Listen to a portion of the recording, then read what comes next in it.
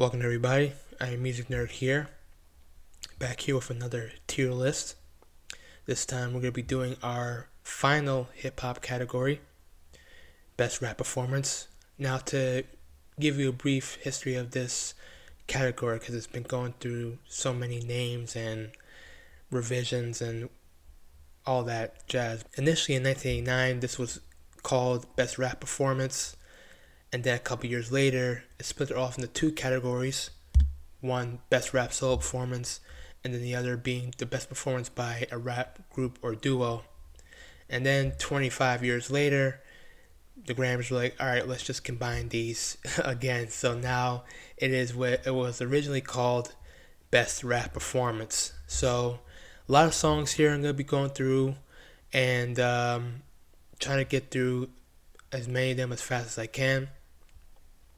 But as always, before I get into it, if you enjoy the content of this channel, if you want to continue to support this channel, please hit the like button down below. Please hit the subscribe button down below. I appreciate the support. If you want more videos like this, just keep supporting the channel, and I'm going to keep bringing this type of content to you. Alright, so the first song I'm going to be talking about is Lil Wayne's A Milli, produced by Bangladesh. Yeah, I love this song. Lil Wayne really putting on his best rapper alive moniker and putting it to good use. Just him rapping for 5 solid minutes, no hook, no chorus. After being underwhelmed with Lollipop, A Milli was that song that made me want to buy the album. And it's one of Lil Wayne's best songs of his career. So I'm going to put it in the A tier. Kanye West, Gold Digger. One of my least favorite Kanye songs, to be honest, and Kanye himself has said that he is not a fan of the song, which is interesting because it's one of his biggest singles, and it featured Jamie Foxx, who was still, doing the Ray Charles thing. He just won an Oscar for portraying Ray Charles, and so he was kind of implementing that over here. And really, this was the song that got, suburban moms into Kanye West. It's solid, but I don't go back to it often. Next song is Young MC's Bust a Move. For people that don't know, the person who plays bass on this song actually is Flea from Red Hot Chili Peppers. He's also in the music video. So yeah, did not know that Flea was also a contributor to the song. The song is very standard for late 80s. It's a fun little dancing novelty song. About getting on the dance floor. It's perfectly fine. I put in the B tier. Eminem's My Name Is. This was Eminem's first song that kind of broke him into the mainstream. I remember a lot of people were thinking, oh no, not again, not a wacky white rapper. And the music video certainly did not help with that image as well. But then when you listen to the Slim Shady LP, you realize, okay, this is a real talent. It really showcased the talent that Eminem would go on to preserve for the next 25 years. So, solid track. Putting the beat there. Next song, Eminem, Not Afraid, which was the first lead single from Eminem to, not be silly or making fun of anybody. It was, serious Eminem, and I'm going to dye my hair black, and I'm going to show you how serious I am. And, I get it. The message is him telling people to face your fears and, take on the world and be yourself. But I felt like they didn't really do that with Lose Yourself. And that song is just way better than this one. So this one, fairly average Eminem song. Anderson .Paak's Bubbling, which was split from King's Dead, is another song that we'll be talking about soon. But Anderson .Paak, obviously known in the R&B genre, doesn't rap a lot, but when he does, man, this song is incredible. The production sounds like a blaxploitation James Bond you know, and Anderson .Paak's just going off. So I'm gonna put this in the A tier. Incredibly well done. Anderson .Paak, like I said, doesn't rap a lot, but if we can get a rap album from Pac and he sounds like this, man, that'll be incredible. Sir Mix-a-Lot's "Baby Got Back." I mean, everybody knows the song. It's pretty iconic. It was even sampled in Nicki Minaj's Anaconda song. But also, the song basically started America's love affair with the booty. And I think Sir Mix-a-Lot should be commended for that. Starting hip-hop succession with asses. And, this song, really iconic. It's a fun novelty song. Put in the B category. MC Hammer's "You Can't Touch This," another iconic 90s hip-hop song. MC Hammer, as much as we like to make fun of him from time to time, really should be credited for being the person that, took hip-hop into the mainstream. At the time, we had NWA and Public Enemy, and those guys were scary for, suburbans and especially, the white audience. And MC Hammer was the guy that, when he released, his solo album, everybody bought this album. Now, I wasn't alive yet, but, it's gone diamond. MC Hammer was a big, big deal, and, was the first hip-hop guy to get, Pepsi sponsorship deals. I mean, that was insane. I like the sample of Rick James' Super Freak. It's a fine song. I put in the B category. Next one, LL Cool J's "Hey Lover." LL Cool J, became a bit of a shtick in the 90s that LL Cool J would kind of make I'm going to make the hardcore rap song, and now I'm going to follow it with the smoother R&B rap collaboration. And he would continue doing this for years and years and years. LL Cool J was very good at that type of lane, but I feel like he had better songs in this type of lane. It's an average song. I put in the C category. King's Dead, Kendrick Lamar, J-Rock, Future. I would have put in this song in the A tier because I think Kendrick is great. I mean, he's great as always. J-Rock is great as always. But fucking Future, man. Like, what the hell? I think, and this also split the award with Bubbling from Anderson .Paak. And I think it was the Grammys' way of saying that. And I think if Future was not on this song, this would have probably won it, like, without any tie. But I think Future fucked it up so bad that the Grammys were like, all right, we're going to take it down a notch, and we're going to put Anderson .Paak. Now, like I said, Paak's song is incredible, but Future just fucking ruins the mood here. And we got Future sounding like a fucking, a guy who just ate too many jalapeno peppers and is dying for water, like, with like, I don't know. So, because of that, I have to put it in the B tier. Our next song, Coolio's "Gangsta's Paradise," featuring LV. Coolio, for the younger generation who doesn't know, 90s West Coast rapper. Dr. Dre, Snoop Dogg, obviously were dominating West Coast hip-hop. But Coolio was on that par with them as well. But, he was a lot more safer, a lot more pop-friendly. Had songs like Fantastic Voyage and Something Old, Something New. But Gangsta's Paradise was Coolio trying to do something a little bit more serious. And, him embracing that dark, atmospheric production. And I think he took a risk and it paid off. It's the biggest song of his career. LV does a great job singing on this track, kind of being like his Nate Dogg. I think it's a pretty great song, to be honest with you. I put it in the B tier. Alright, Jay-Z's 99 Problems. Him partnering up with Rick Rubin, doing that whole rap rock thing. Like I said, This was at a time when Jay-Z was collaborating with Linkin Park, so he was embracing the kind of like the rock, rock audience, trying to diversify his audience. But I think Rick Rubin does a phenomenal job here. He obviously one of the greatest producers, not just in hip hop but in music history. And Jay-Z, just with that catchy 99 Problems and a Bitch Ain't One, just that memorable hook that everybody knows. I think it's one of Jay-Z's best songs of his career. I'm gonna put it in the S tier. Will Smith's Getting Jiggy with It, F tier. It's trash. It's fucking trash. I don't know why anybody likes this song. They didn't like it then, don't like it now.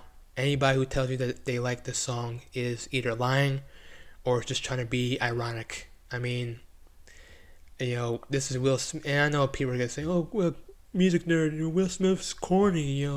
It's supposed to be harmless. It's supposed to be silly. No, I mean, it's fucking. I put this on like the level of like Mambo Number 5 and Barbie Girl in terms of like stuff that should have stayed in the 90s and should never be played on the radio again. Just awful. All right, Kanye West, Stronger. This was not his lead single, but his second number one hit that came off of Graduation. It kind of put Kanye in a new audience, doing the electronic thing. And it's a fine song. I mean, Graduation is not one of my favorite Kanye albums. Stronger, I will say, was the song that brought me to the attention of Daft Punk, who I'm a big fan now. So if it wasn't for this song that samples the song Harder, Better, Faster, Stronger, I probably would have never, or it probably would have took me years later to embrace and find out the Daft Punk. So I'll give it that. But as far as the song itself, it's a fairly average Kanye song. Next song, Dr. Dre's Let Me Ride, coming off the Chronic. Rolling in my 6'4". Interesting that Nothing But a G Thing or Dre Day didn't win in this category.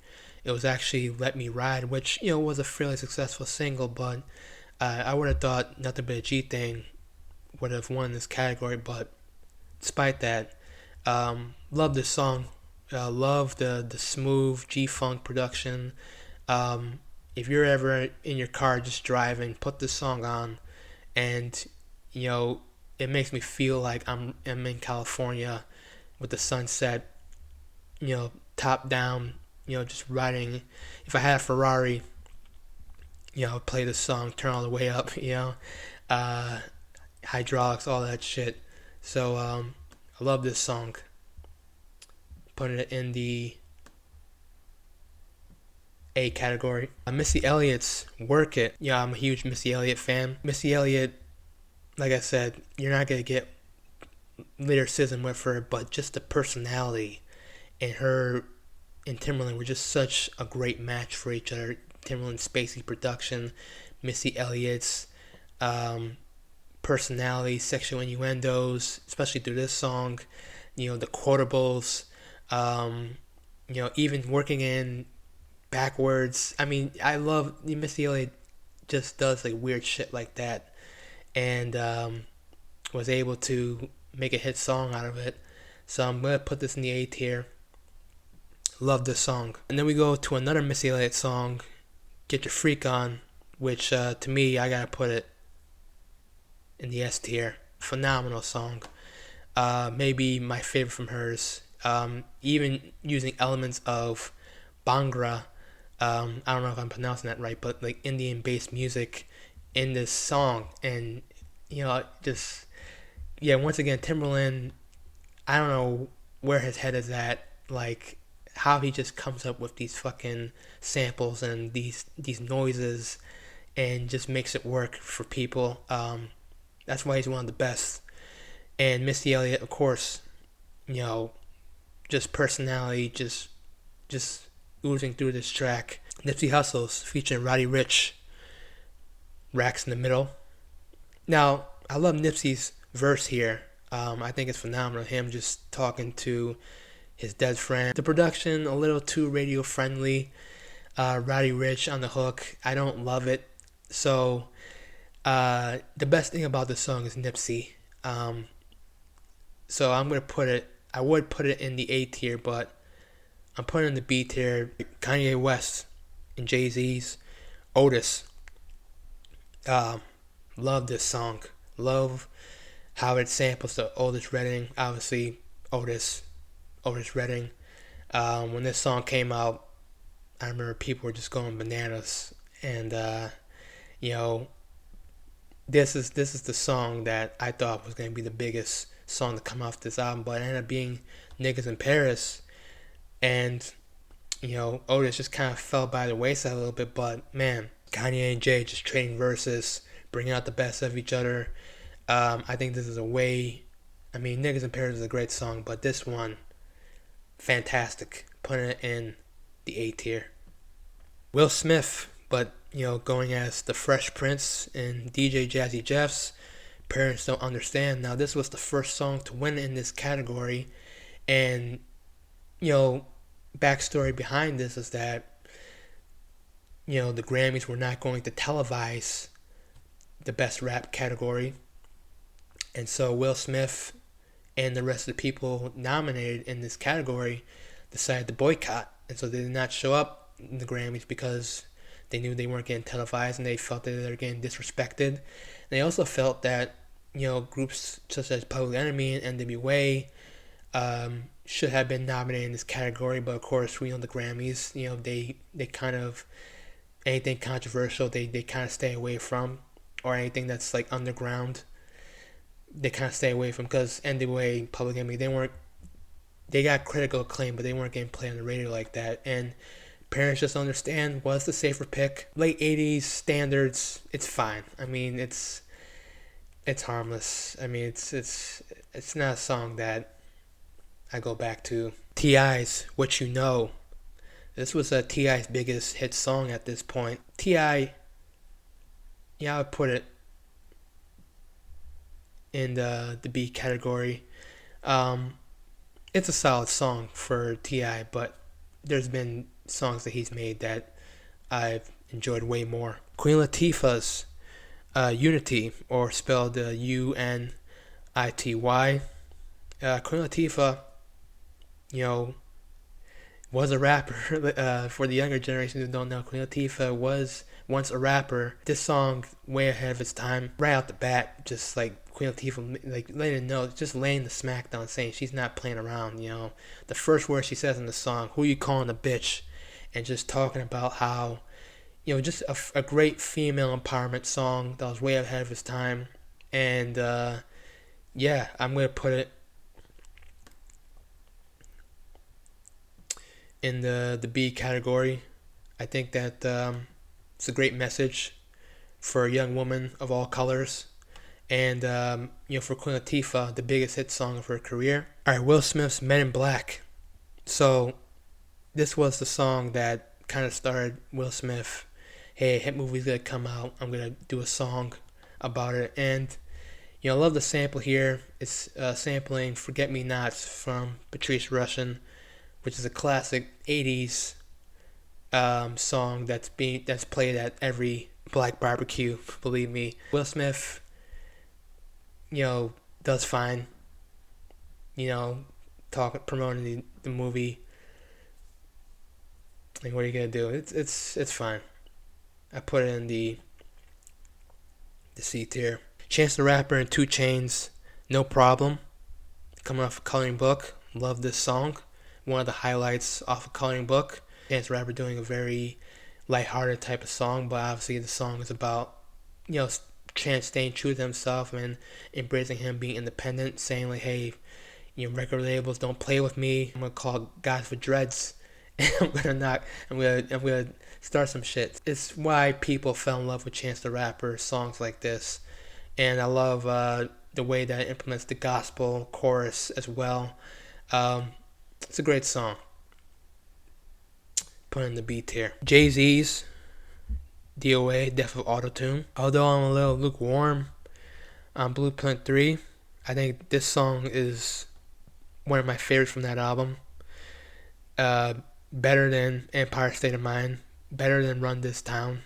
I love the way that the song uses the clarinet kind of thing, and Jay-Z implemented the na na na na, hey hey hey, like the whole thing, like it's a funeral for autotune. Millennials are gonna say, "Oh, this is Jay-Z being like, this get off my lawn type guy," and look at Jay-Z, shitting on the younger generation, But despite the fact that I myself am not a huge fan of rappers using autotune, the way that the song is, Jay-Z is gonna be Jay-Z, and he's gonna be true to himself. And you may like it, you may hate it, but he's gonna be Jay-Z. So, but in terms of the song itself, depending on where you fall on the pro versus anti-autotune matter, it's a great song, and yeah, one of my favorites from Jay-Z from this era. Actually, no, I'm gonna put it in the A tier. Eminem's "The Real Slim Shady." This is actually one of the last songs that he wrote for the Marshmallow LP, and he was pressured by the record label to write a hit song, and this song kind of came out of it. Almost didn't make the album. Him, at the time making fun of boy bands and Britney Spears and all that stuff at a time when that stuff was very popular. Prime Eminem here. Classic song from him. Put it in the A tier. Next song, LL Cool J's "Mama Said Knock You Out." This was kind of a comeback single for him because in the late 80s, people were worried that LL Cool J was kind of losing it. He'd gotten soft, and LL Cool J was inspired by his grandma who told him to knock out the critics. And this is just an old school, just hard hitting, boom bap type of song. LL Cool J has Best, one of his greatest singles. And the album itself is a strong LL Cool J album, but obviously, "Mama Said Knock You Out," iconic song in hip hop in the '90s. Put it in the A tier.